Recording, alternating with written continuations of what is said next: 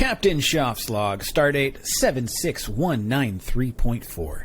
It's the halfway point of Star Trek Lower Decks Season 3, and what better way to celebrate the first half of the season than by inviting a special guest to join us on the bridge. Captain Rick of the USS Andromeda, aka TikTok's Random Gotham. Captain Vactor and I welcome you aboard the USS TREKnological.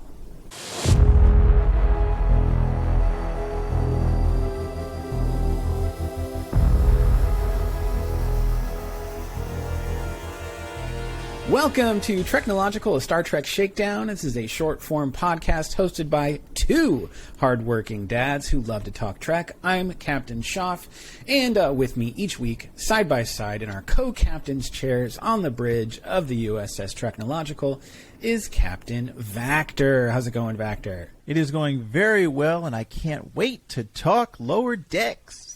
Yeah! Each week, we'll be traveling to a new planet to seek out new Trek news, as well as boldly going through our thoughts of each episode of Star Trek Lower Decks. Now, joining us this week on the bridge of the USS TREKnological is our friend and fellow Trek Talk influencer slash cosplay wizard, Captain Rick of the USS Andromeda NX85313, aka at Random Gotham on TikTok. We thank the mighty algorithm for helping us find Captain Rick on TikTok's Trek Talk, where he's been sharing some excellent cosplay content for Star Trek, Stargate, Doctor Who, and the Orville. Welcome to the show. How are you today, Captain Rick? Thank you so much for that intro. That I feel like I need someone to introduce me every time I walk into a room with that kind of intro. So thank you so much. It's a warm welcome in the deep cold of space. And I just want to say this is such an honor, just because this is the first time anyone has ever asked me to be on a podcast to hear my nerdy thoughts. So I was going to say this is truly an honor, and thank you so much for inviting me onto the bridge. Well, We're happy to have you, definitely. Captain Vactor and I have really been enjoying your content, and can't wait to hear more of your story and how the cosplay thing came to be. And just I know a lot of it came as a result of the pandemic, but I definitely want to get into it. We've got some questions for you. We'd like to learn more about you. So I guess first and foremost, Vactor, do you want to start with the first question? I have a lot of questions, but I think the very first one was kind of, how did you get hooked on Star Trek? What was your first memory of Trek, and what kind of when did you realize, okay, I love Star Trek? It's funny. Actually, I was thinking about that a couple months ago when I was trying to figure out how did it all start? Like how did I get to where I got here? Because it's been a long road getting from there to here. Sorry, just had to say it.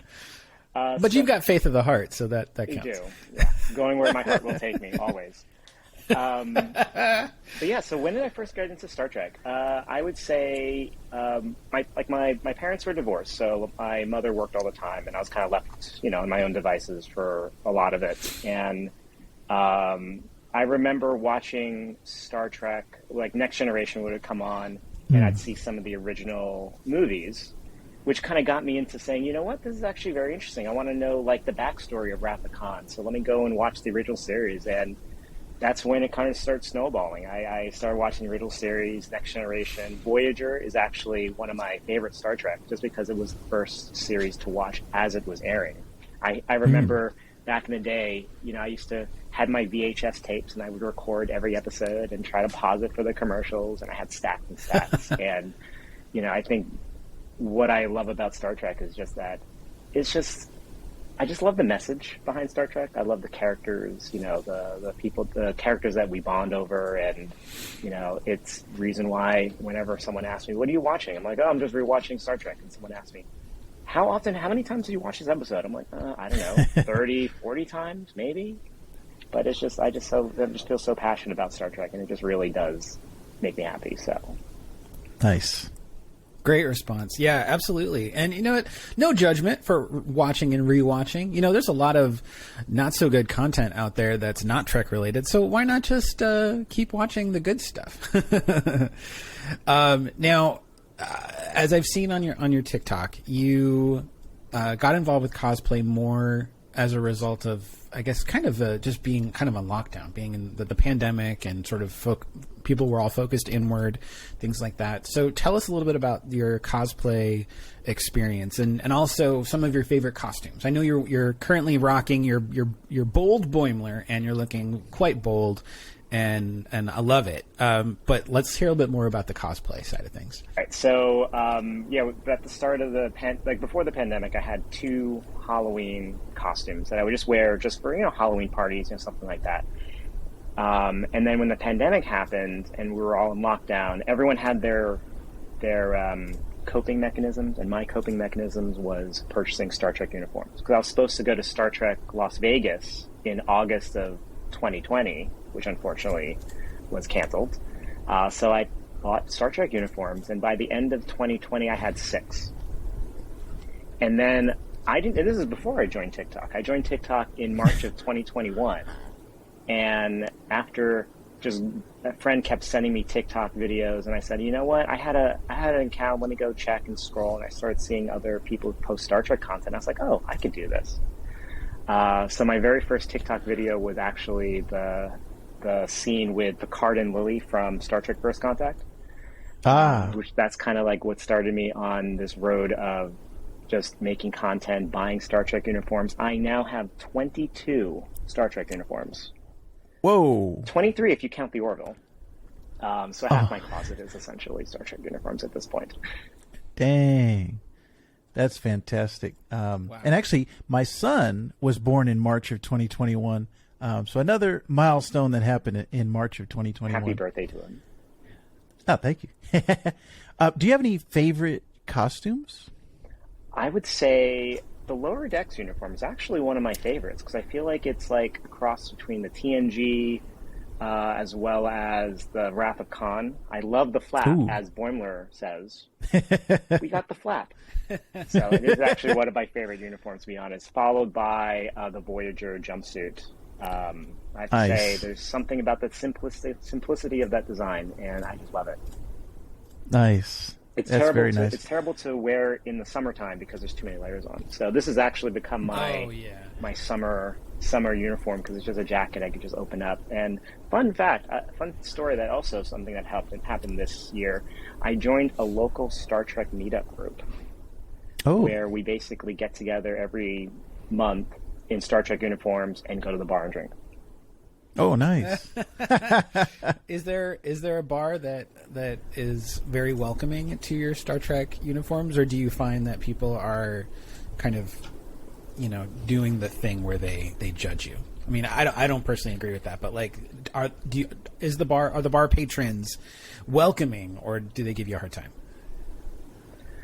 This group has been going to this bar for like the past couple years, so they kind of know us as like, oh, they're the Star Trek group. So we actually, it's a 2-floor bar, so we always get the second floor, and I think they got used to seeing all of us in uniform from many different generations. So yeah, no judgment there.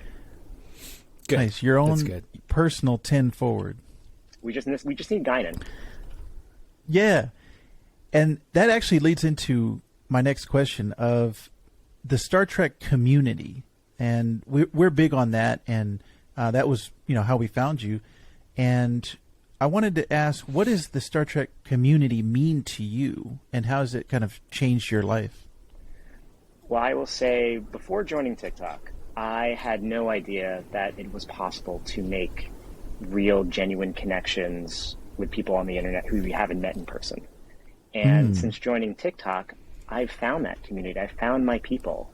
And to the point where I shared a video where I got promoted officially to captain of the USS Andromeda by a couple of people who I met through TikTok. And I think it was sharing content, going live, and then kind of like just everyone just kind of like knowing each other and hanging out virtually, just kind of creating like a very welcoming community. And I had a friend he would always like find people on TikTok and then try to like get them to come on board the ship, so it was a great community of like finding other like-minded people and just creating like a safe space where we all can kind of like come together and share our passions. And kind of going back to the Star Trek Day official stream where the one line they got from my interview was family, and that's essentially what Star Trek does mean to me. It is family, finding your people, finding people who accept you for who you are, and not being judged. So I think the Trek Talk community has been great, and I'm so thankful and grateful for it all, and for finding people like you also in the Trek Talk community. Thank you. Yeah, we're fairly new to the Trek Talk community, but we've definitely been very impressed with how engaged the community is on there, and just that everyone's been so welcoming and inviting and kind. And I gotta say, like, me personally, I'm not usually the type on social media to put myself out there. Like, before we started doing these short form videos and such, Vector was like, "Man, you got to start recording you with your ideas. You got to, like, put yourself out there." And I was like, "Oh, I come from, like, the childhood of having so much shame surrounding the things that I loved, and the things that I loved were like Star Trek and Marvel and DC and Star Wars and anything like nerdy at the time, because it's all mainstream now, but it wasn't for us when we were kids." And I think I just have that little boy mentality of, I never really grew out of it, of people are going to point fingers, people are going to judge you, and that it really does, like, prevent me from putting myself out there that much. But seeing just how confident the Trek Talk community has been so welcoming, and it's helped me kind of break out of my shell a little bit and share more, and hopefully it'll continue to do so, because I'm going through, like, years of walls built up of, like, don't put yourself out there, don't let people have a thing to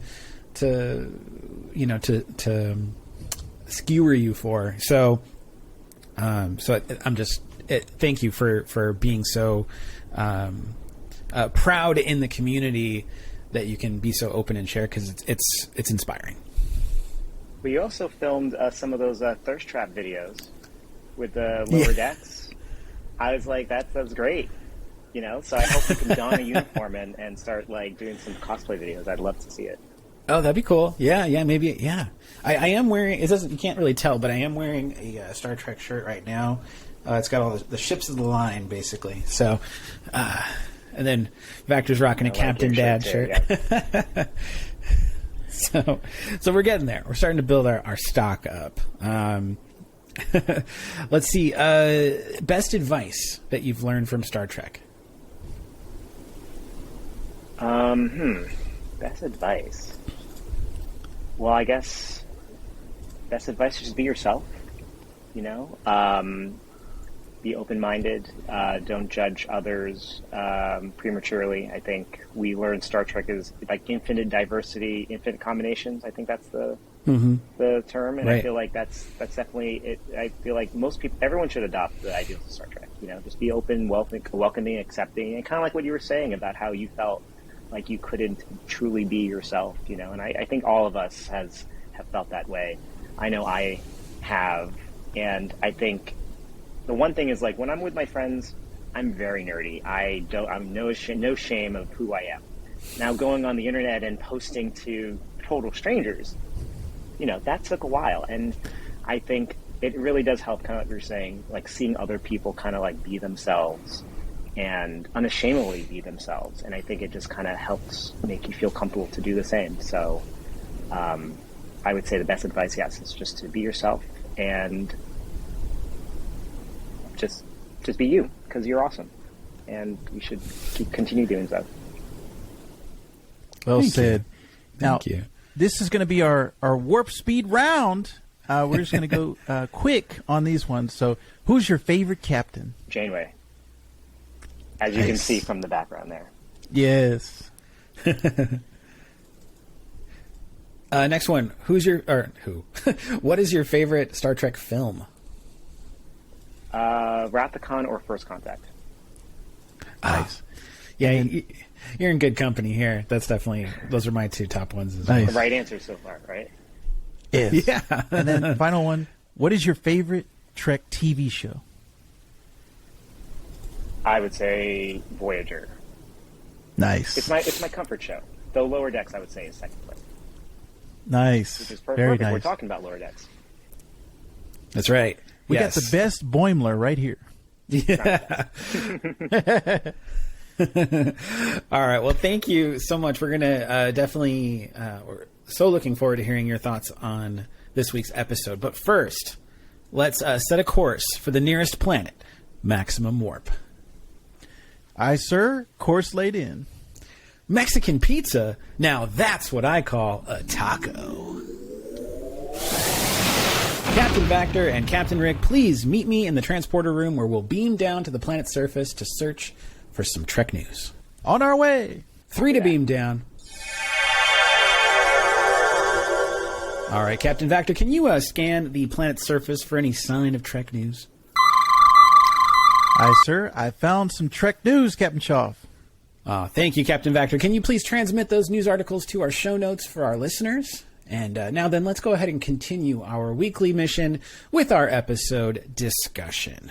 Now, we are talking about Star Trek Lower Decks, Season 3. This is Episode 5, the halfway point of the season. The episode was called Reflections, and it first aired on September 22nd of this year. Now, just a heads up, we are recording this on Friday in the morning of September 23rd, so you'll probably be hearing it either later today or tomorrow at the earliest. So this episode was directed by Michael Mullen, written by Mike McMahon, who is also the showrunner. And before I get into any synopsis or any other details, let's throw up a red alert, because we do not want you to be spoiled if you haven't had a chance to watch Reflections. Arguably, and this is my personal opinion, the best episode of not just this season, but the series. Oh, wow. You definitely are going to want to press pause on our podcast and then come back to it after you've had a chance to watch Reflections. Okay, you've had your warning. If you are still with us, that means you've listened or you've watched, or you don't care to be spoiled, and we love you either way. So, Mariner and Boimler work the Starfleet recruitment booth at an alien job fair, and Rutherford challenges himself in the most literal sense of the word. Okay, so we'll just kind of go round table. First and foremost, what did everyone think? Everyone knows what I think. I think it's perhaps the strongest episode of the entire show in its history. So I want to hear from, we'll go Captain Vactor first, and then we'll go to Captain Rick for thoughts. Well, I don't know if it's my favorite of the entire series, but this was a very good episode. It tied together so many different elements of Trek, and the backstory that we got on Rutherford, very interesting to kind of dangle that carrot out in front of us, tease us with a little bit of mystery. So I really enjoyed this episode of the season. So I guess what I would say, I wouldn't know if it's like also it's the best episode of the series, but definitely the best episode of this season. And I think what I love about Lower Decks is that, you know, creating characters that not only do we enjoy watching, but also we care about. And I think this is like the first episode where I really felt like, you know, really care about like Rutherford's story and just hear it. And I think it was a very creative way in order to explore his past and understand who he was and his backstory, and then also open it up for other questions that we hope to be revealed at the end of the season. And also Boimler and Mariner, just seeing their growth. I think that's another thing I love about the show. There's so much character growth that we're seeing as the series is developing, and I think this episode definitely showcased that. And actually, I think that's a very good... sorry, Shav. I think that's a very good point, Captain Rick, because for me personally, when I started watching Lower Decks... actually, Captain Rick, are you a fan of Rick and Morty at all? Yes. Okay. When I first heard about Lower Decks, they were like, oh, it's from one of the creators of Rick and Morty. The animation style looked very similar. So I'm thinking, oh, it's going to be that style of humor, but in the Star Trek universe. And when I didn't get that at first, I was a little bit disappointed. I was a little let down because my expectation was, oh, this is going to be like laugh a minute, like Rick and Morty for me, where I'm just laughing at every single joke. But it has actually turned into one of my favorite shows because of what you just mentioned, the character development. The characters are ones that I love just as much as a live-action show. Anything that I've seen in the Trek universe, whether it be the original series, Next Generation, Voyager, all of those shows, for me, it was the story and the characters that hooked me on every single one. falling in love with all of those characters, loving all the stories and adventures that they were going on. It has now happened with Lower Decks, and I love this crew, and I want to see them. I want to learn more about them. I want to spend more time with them. So this episode encapsulated all of that, what I love about the show. And then the humor is in the background, where it's for me, Rick and Morty is like the humor's in front. This one, it's more, there's funny times and funny situations, but like you said with Rutherford, he's not just a cartoon character. Like, he has a backstory. He has depth to his character now, and we weren't getting that before. Now we are, and I think this episode just did a great job of giving us that that fleshing out of these characters. This episode, I think, is the one that we've been waiting to see. So I think they were spinning their gears a little too long on season 3, hinting at some of this character development, but then kind of just like vamping a little bit and letting it sort of sit and simmer before they were really going to get into it. But I partially feel like structurally, this episode should have happened a little earlier in the season to allow for more exploration of it, because there's so much that were just felt like filler episodes leading up to this, and that's unfortunate. So like, I think that was one of my main criticisms last week was I was like, what? They're dropping these seeds of Bold Boimler, they're dropping these seeds of Mariner, like recognizing that Starfleet isn't such a bad thing, or that, having structure and respecting leadership are good qualities. And then you have Rutherford exploring like his backstory and Tendi becoming more than what she is. But I'm like, have they really done much this season to explore that? Not much. And so it's finally, this episode did a lot, with the exception of Tendi, did a lot for the other characters. But thankfully Tendi didn't have to be in a towel. I mean, I love Tendi in a towel, but I feel like she deserves better than that. So I think she has looking more forward to seeing what they than do. Just her in the towel, Right.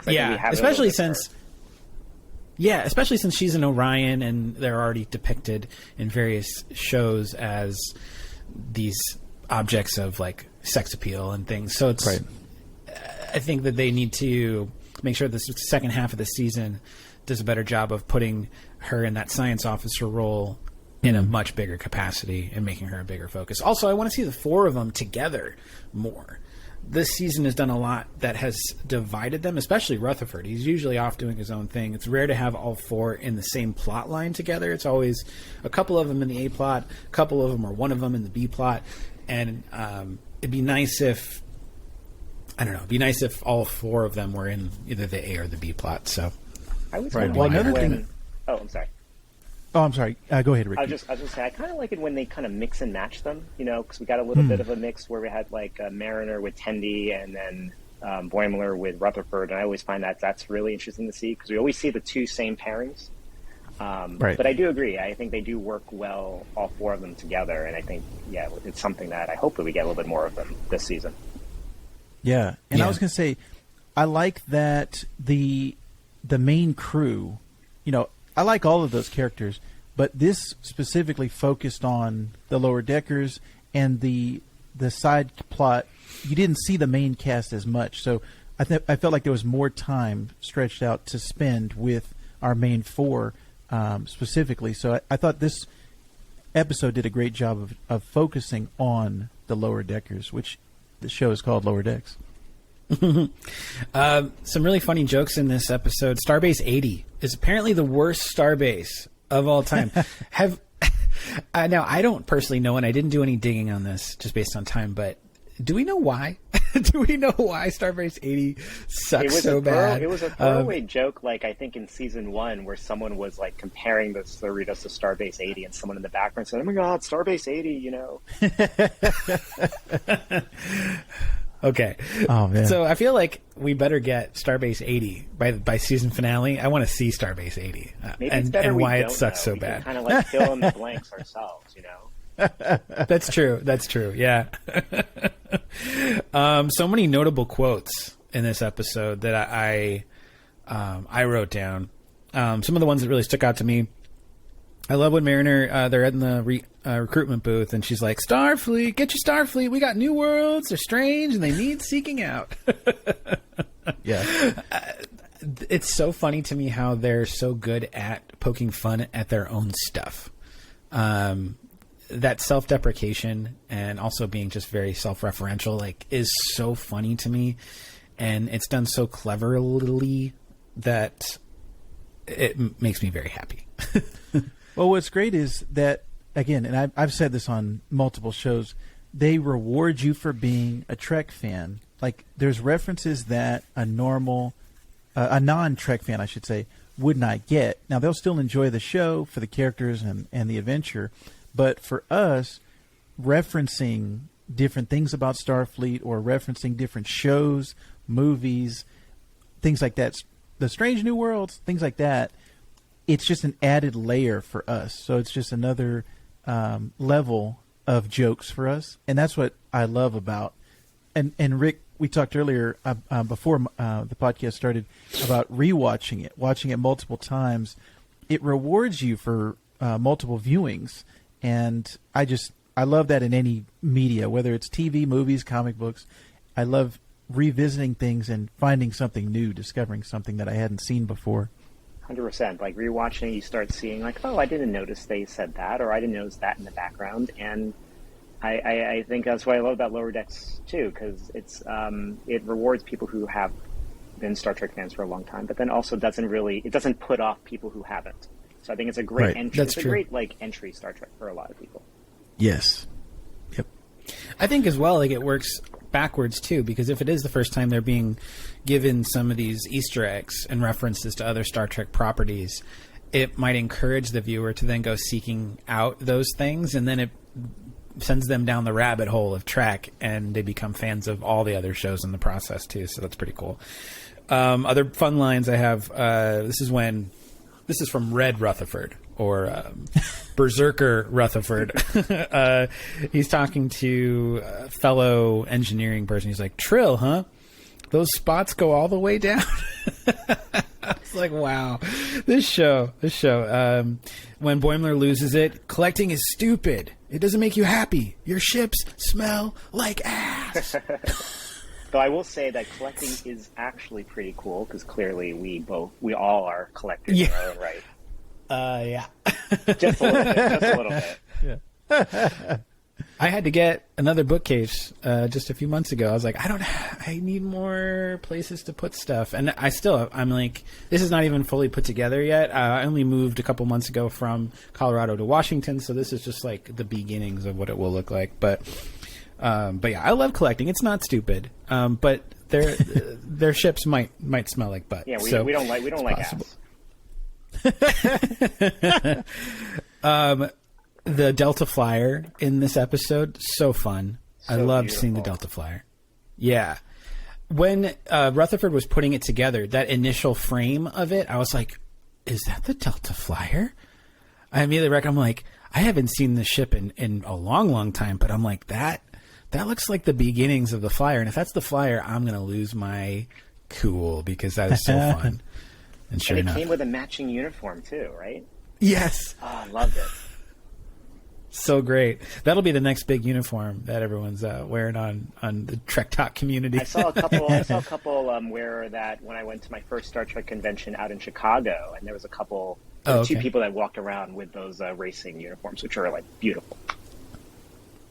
I love it. Seeing the Romulan Warbird, I know it was just like a dreamscape scenario in, like, their mind, but I love that ship. That ship is a beautiful ship. I'm just saying that we didn't get it after TNG. I don't understand why. I know, yeah. Gosh, that ship is gorgeous. Yeah, like I said, favorite episode of the show and season. I think that the A and B plots they both stuck the landing. They were both excellent from start to finish. The writing was tight. The pacing was excellent. There was so much to enjoy. And I think it was one of the shorter episodes of the season. It was only like 25 minutes long. It was definitely one of the shortest of the episodes that they've had. It's always funny to me when I felt like it was a very tight episode.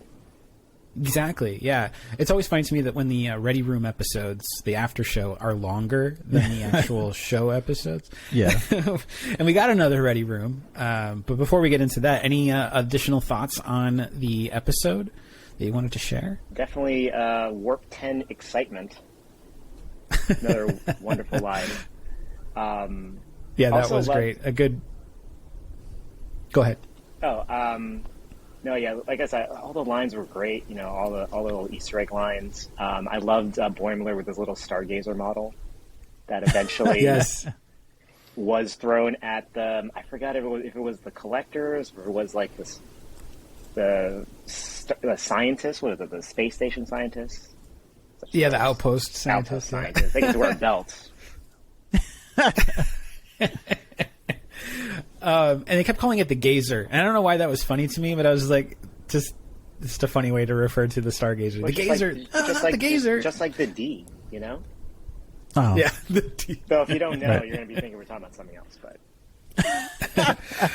Do love the D. I had a question I wanted to ask you both. Obviously, Rutherford, we find out his version of himself... How long ago did this surgery thing happen where he got the implant? Yeah, they said that this was like 10 years ago when he was like in the academy. So yeah, he might be the oldest ensign in Starfleet. He might actually be more than Harry Kim. So that's really something to think about. Yeah. Now let's not forget Captain Picard in Tapestry was an ensign or a lieutenant? Lieutenant junior grade? Oh, okay. I was like, that's a pretty old... pretty old lieutenant junior grade. I mean, even not ensign, but still. Yeah. He was like, 20 years old, and he was a lieutenant? Yeah. Not even full. And I think Tuvok was in his 80s, I think, as an ensign. But then again, he's a Vulcan. And he did retire for a little bit and then kind of go back into it. So he's got a unique scenario. But I think you're right. I think... he might be the oldest ensign. The seeing him go red and seeing him have that alternate personality was a lot of fun. The interview on Ready Room was funny to me because they briefly talked to Eugene Cordero about how he would flip into Red Rutherford, and he said that Rutherford is just so nice and so like uppity that it's really any inflection turns him dark. Like anything that's like remotely. Negative turns him to a darker version of himself. And I wanted to ask, what brings out the red version of you guys? So, like, what would be something that would turn you into Red Vactor or Red Rick? Well, speaking of red, I think anyone seeing videos and doing the red shirt joke, like, that just gets old. How many times? Okay. Oh my God, okay, so that's a pet shirt. peeve in the Trek Talk community. Okay. Right. Yeah. I think it would have to be maybe when someone puts you down or downplays you for liking something that you like. So, you like comic books or you like Star Trek? That's for nerds, or that's for, I don't associate with that. Like, that would probably bring out the red Vactor of you're not letting me like what I like, or you think that whatever you like is the only way and there's no other way besides that. So I think that would bring him out. I'd like to see Red Vactor. I mean, I don't want to see it, but I kind of want to see it. Like I feel like just because it's like you, so you would. Yeah. So you've already got the goatee, though. so I was going to say, yeah, we got to be the opposite. right. Yeah. I was thinking about, for me, we just moved into this house, and something that is bringing out the red Schaff in me is I'm in the middle of the night, and I'm talking like from like 12 a.m. to like 4 a.m. There is a lot of drag racing that happens like outside of our neighborhood, and we're like in a very residential spot, and it's not even like these streets could be like the kind of streets that you would race on, but because they're really hilly and they're definitely swervy. Like it's not the kind of like situation where you'd be all getting all fast and furious. But some reason and somehow They do, and they do it at all hours of the night, and it is absolutely obnoxious. It's the one major gripe I have about this neighborhood is the drag racing that happens. And there was just some police sirens in the background. It'll probably come through on the recording, so just I wanted to get in front of that. But they're probably chasing somebody drag racing right now, is my guess, because it is such a thing. And I'm like, when did I thought it was kind of like that's an old thing to do. Like, people don't still drag race, right? I mean, that's like when Fast and Furious first came out, that might have been a popular thing, but we're about to hit like Fast 10, and I think it's kind of losing its thing. That's why Fast and the Furious are going to space. You know, it's like they've run out of like things to do. Like, is that yeah, the last movie they went to space. Wow. Clearly, I'm a little behind I just think, on like, Fast and Furious movies. Yeah, I think drag racing is an outdated like pastime to enjoy, and I'm kind of surprised that it's still alive and strong here in the suburb of Seattle. So, go figure. But that's bringing out the red chaff big time. And then, yeah, I would say, just like you were saying, the intolerance of people for other people's interests, that would definitely bring out the red chaff in me too, for sure. I think one of the things I've seen online, it's, a lot of people gatekeeping fans, saying like, oh, this show is better than this show, or that's terrible, why do you like it? And it's just, that really brings the red out in me, because I'm just like, well, someone's least favorite Trek is someone's favorite Trek. And, I may not like every single Trek. I have watched every single one because I feel like I should not close-minded, keeping myself from seeing all sides. But I'm not going to hate on someone who likes show A versus show B, So I think just coming back to like just being accepting of other people's interests and not making anyone feel bad for their beliefs. I wanted to ask you, since you've got cosplay in varying fandoms, what community do you think is the strongest? So you've got Star Trek, you've got Orville, you've got Doctor Who. I'm not sure if you do any Star Wars cosplay, but I do have a lightsaber. Because okay, you have a lightsaber. I never thought I would. Do you think there's amongst those communities? Do you think there's one that's the most welcoming? I mean, I would say Star Trek. Is in fact usually the part of TikTok that I live in the most. One of the things I've noticed when I started doing Orville cosplay is that there isn't that big of a community on TikTok. Like, I think I was trying to search for other Orville fans, and I think I might have found like 4 people. Nothing's kind of unified, but I feel like what's interesting about the Orville is kind of like, it's a fandom that's kind of just getting started. So we're kind of like in the beginning stages. So it reminds me of like, this is what it must have been to be a Star Trek fan in the 60s, where there weren't that many of us. And here we are now. And I think the Orville is one of those things where I'm starting to see Orville like photo shoots at a Comic-Con. And I think that's kind of exciting to be on the ground level of that, and just being like, oh, so this is what it was like to be a Trek fan in the 60s, being an Orville fan in the 2020s. That's the 20s? Is that it? I guess it is. Yeah. Yeah.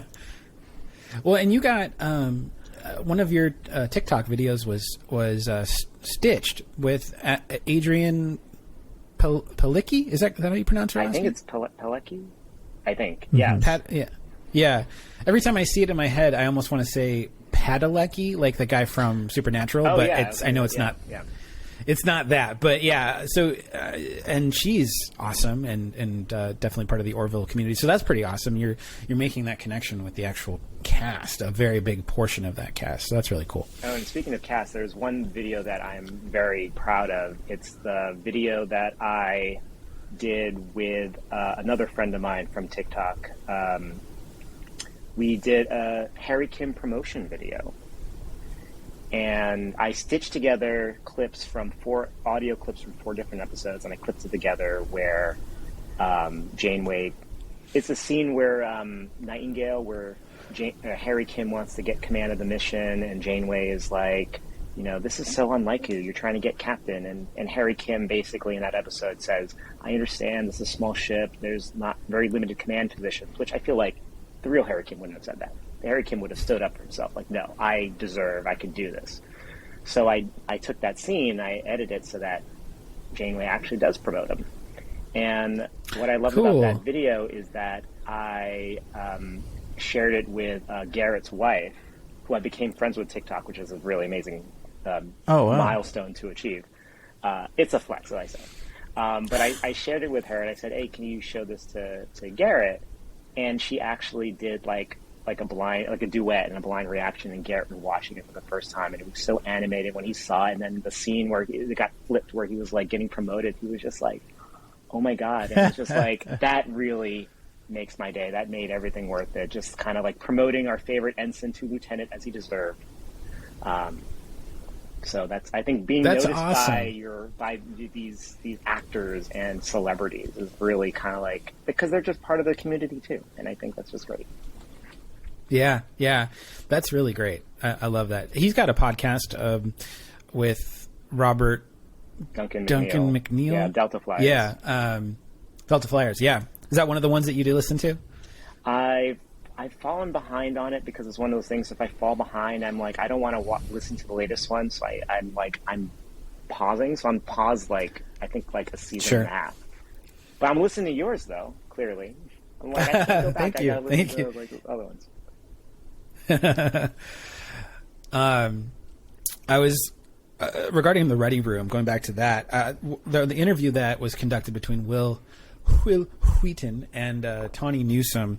It was interesting to me because she is so much like Mariner that there's really not much of a difference, at least in the way that she seems to present herself. She and Mariner, in the pacing, in the cadence, all of that. That is the exact same. So when it comes to this crossover that's going to be coming out between Strange New Worlds and Lower Decks, I don't think it's going to be a very complicated thing for her to put together. I mean, obviously, I know it's already been filmed, but for us to see it, there is no difference. There is no line between Mariner and Newsome. They are one and the same.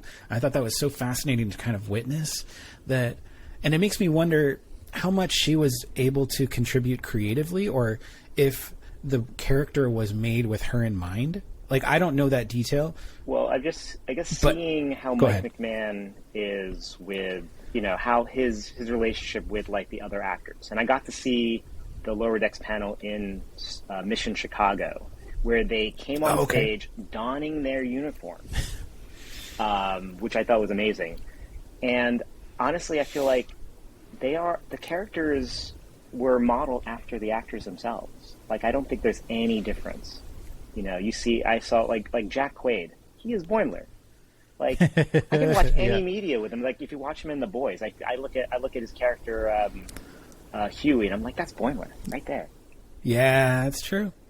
Yeah, that happened to me. I was just watching because my wife and I watched The Boys, and we fell behind. And when we were catching up, I was like, that's Boimler. That's Boimler. There was a scene in The Boys where he was where Huey was walking around because he transported himself. It's a superpower where he transported a nude, and he's holding his private parts as he's walking. I'm like, that's Boimler from season 1. Yeah, right. That is so funny. Oh my gosh. Is there a Lower Decker that you think that you relate to most? If you were one of those characters, who do you think you would be most like? I think it's pretty obvious here. I would saying Boimler would be my favorite, because Boimler is a giant cinnamon roll, as they say.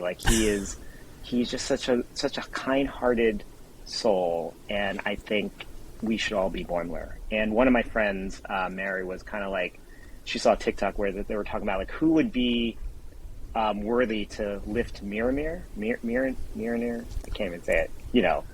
The Thor's hammer. Oh, Mjolnir? Yeah. Oh, yeah. And I would, Mew Mew. He would say Mew Mew. So it would be, honestly, I feel like it would be Boimler.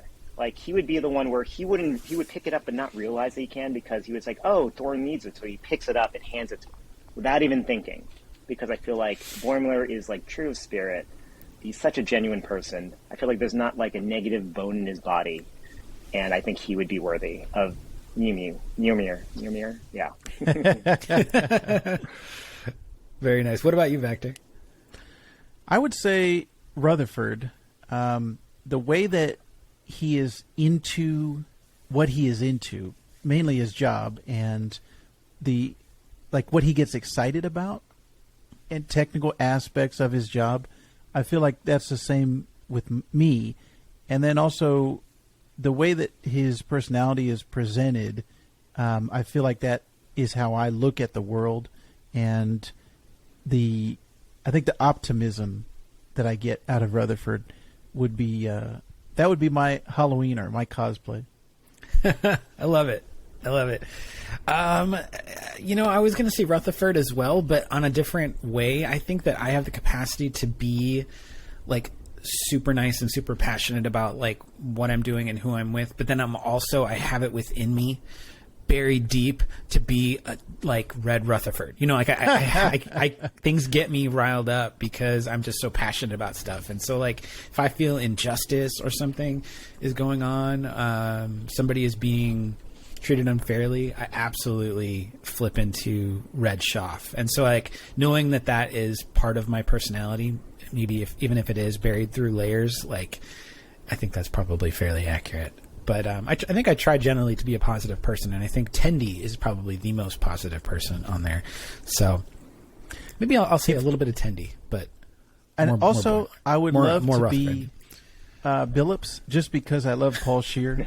So yes, that's the only reason.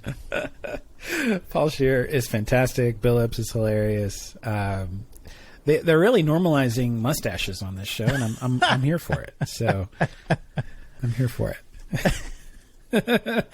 Any final thoughts about the episode?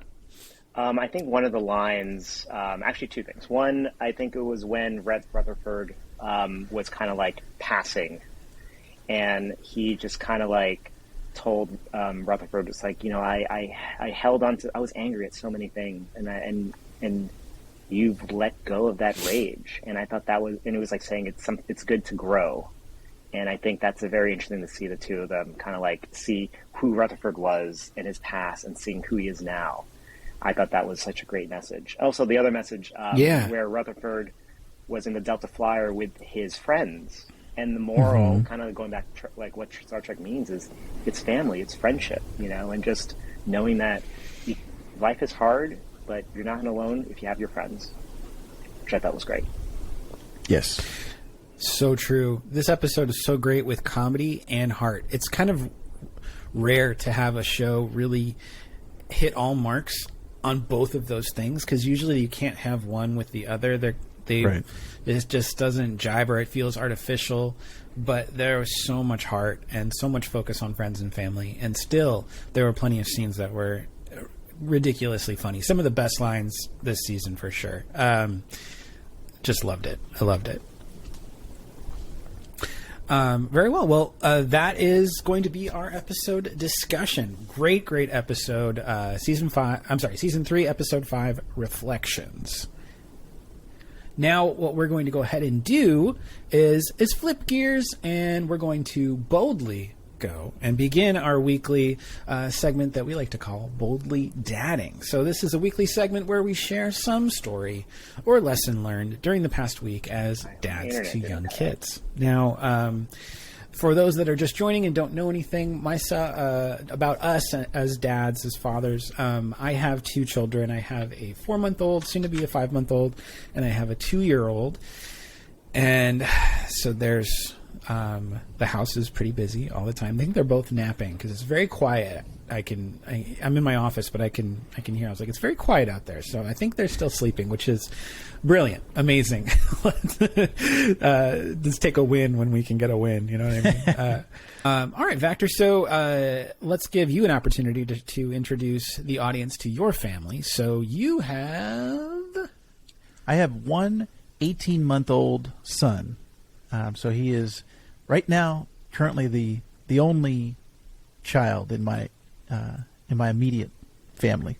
Captain Rick, you had mentioned to me that you are a dog uncle. Is that correct? That is correct. I am a dog uncle to one dog named Emma, who she's a 7-year-old. Actually, was the first dog I ever dog sat for, so she's very special to me. Oh, nice. As well as another dog, Clovis, who is this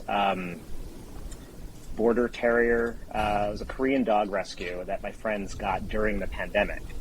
And I feel very connected to this dog because this dog had PTSD, was traumatized. It was very hard to acclimate this dog to be comfortable with other people. So I worked really hard to get this dog to basically cuddle with me, lick me, and even participate in cosplay. I have bought 2 Star Trek bandanas to put onto him, and we have cosplayed together in a couple TikTok videos. So he is a very special nephew to me.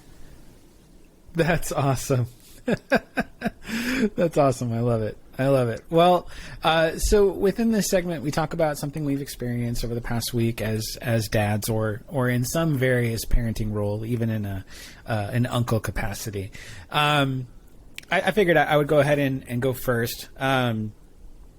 So, throughout our time with this segment, we've talked about maybe setting expectations, realistic ones of your children. But this week, I thought it might be beneficial to talk about how important it is to set realistic expectations of yourself, too. So, Vactor and I, we love to play Fortnite together.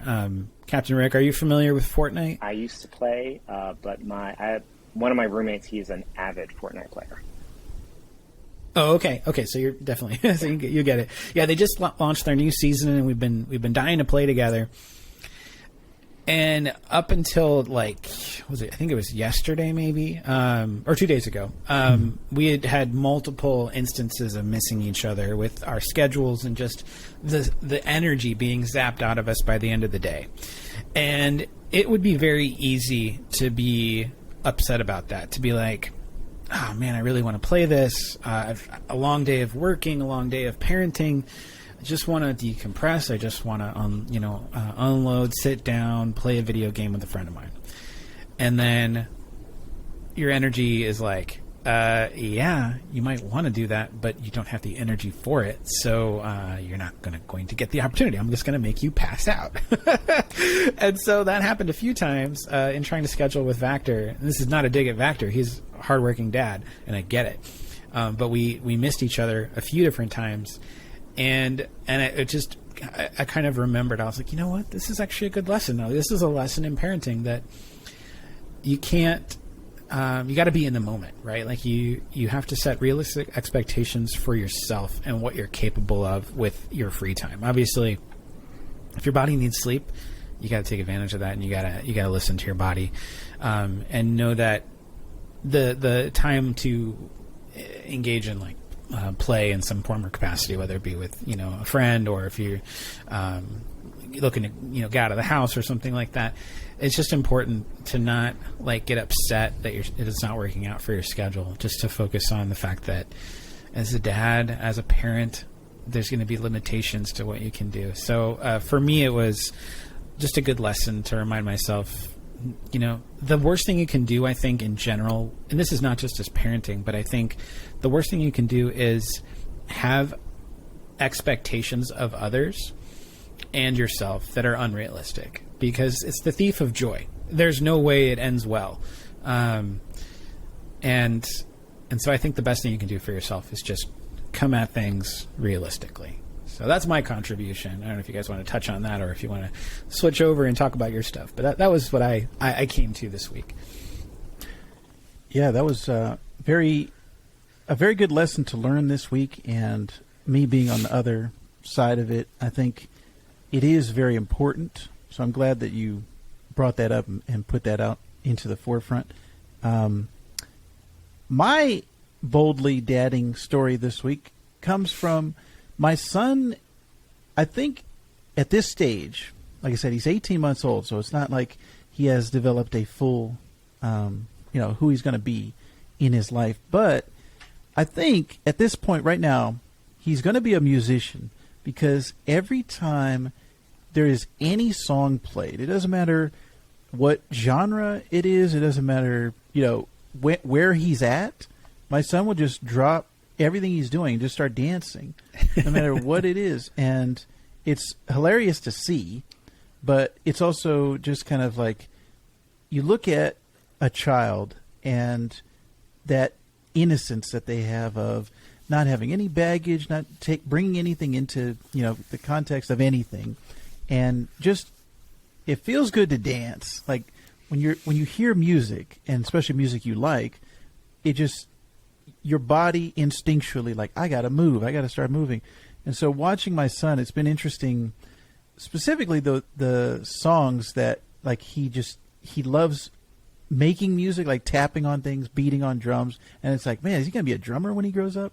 And just, he hasn't gotten to the point where he's vocalizing it yet, but maybe when he starts singing songs and things, it's going to be interesting. But I just thought that was a funny observation of every time, and also his dancing is funny, just the way that he chooses to move his body. So that was my dad moment this week, was just kind of observing my son and his gyrations. Always a good time. What did you say is his music of choice right now? Well, he doesn't have a specific one because we were out. Actually, we went out to an outdoor mall yesterday, and they were playing country music over the radio, and he was like dancing. And we don't play country music around the house. He was dancing that. He'll hear hip hop or R&B around the house and start dancing that. He'll hear Bluey, on the TV or whatever it is, and any genre, he just dances to everything. But specifically things that have a good drum line, a good drum beat, and so that's why a lot of hip hop, like he just feels that the most. Actually, there's a Rick and Morty song, and the whole chorus is just Rick, Rick, Rick, Rick, Rick, and so he loves that. And to the point where he'll point at our device. We have a Google Home display, and it'll play music. So he'll point at that, and we know what he wants. We know that he wants to hear the Rick and Morty song. So that's been his latest, his go-to is that one. Raising him right. I have to say, like, Awesome. I love these segments that you have at the end of your podcast, just because I feel like I love hearing your perspective on like how you are being a dad and the lessons you're learning, because, I just have dog nieces and nephews, but, I always wonder, like, what kind of dad am I going to be? What kind of lessons am I going to learn? And I think one of the things you kind of don't realize is that you look at your parents and you always think that they have everything put together, but in reality, they're just making the stuff up as they go along, just like we do in life, So I look to, your insights, your perspective. I think to how both my parents, they were immigrants, so they primarily worked all the time. And the only parenting they would do is like, education is important. You should just go to school, get a good education, get a good job. And that was pretty much it. And, I kind of wish that my parents were a little bit more proactive and just kind of letting me be and just kind of like helping me like, guide me in a direction, just help me just to take more of a proactive approach to who I was as I was developing. And I think that's the lessons that I would like to take as a future dad one day, is to just see my kid and just be like, who are you as a person? Let me help you figure that out in any way I can, just to be the person that you want to be.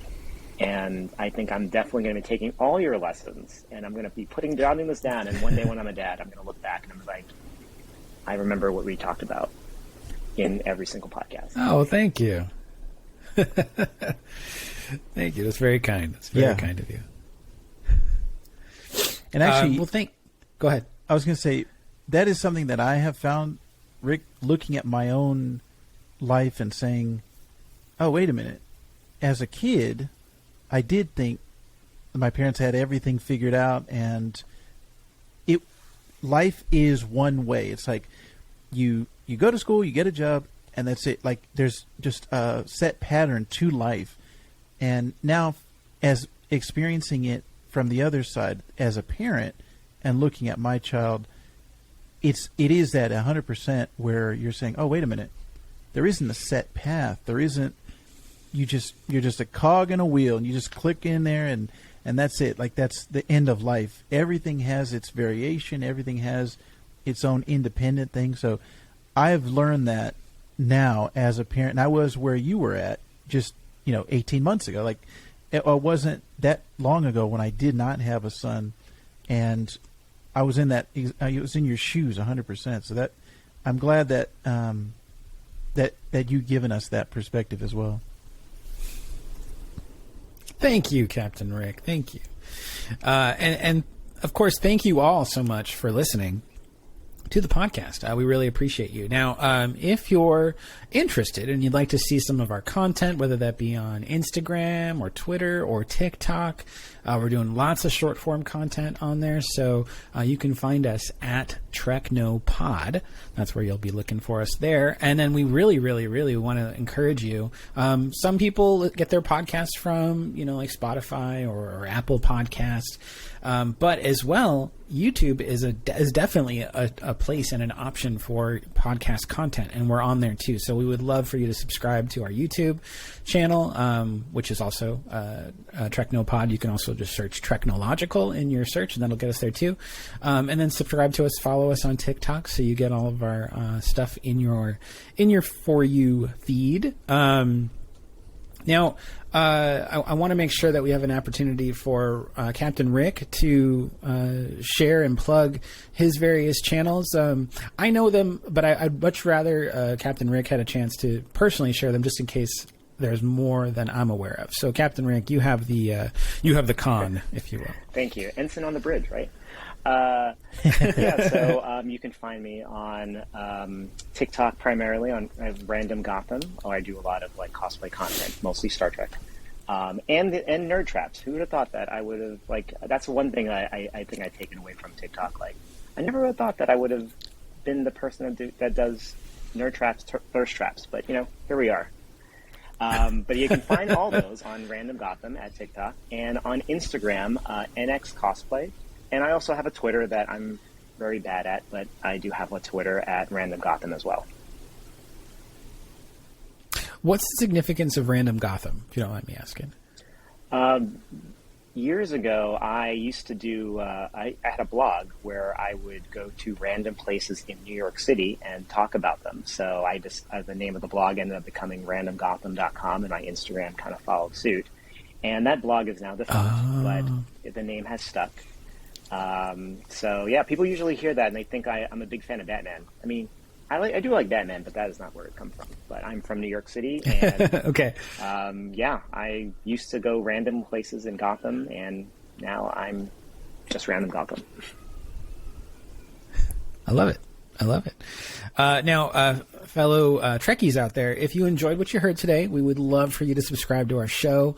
And if you love the show, we would really invite you to go ahead and rate us 5 stars. Give us a review. On Apple Podcasts, it does let you review us, whereas on Spotify, it'll let you give us a rating. But depending on where you get your podcast, we would love to hear from you. We love the engagement. That's one thing TikTok has been wonderful about, is we've really been able to get some responses and get that engagement, and we will always interact with you. So it's really encouraged.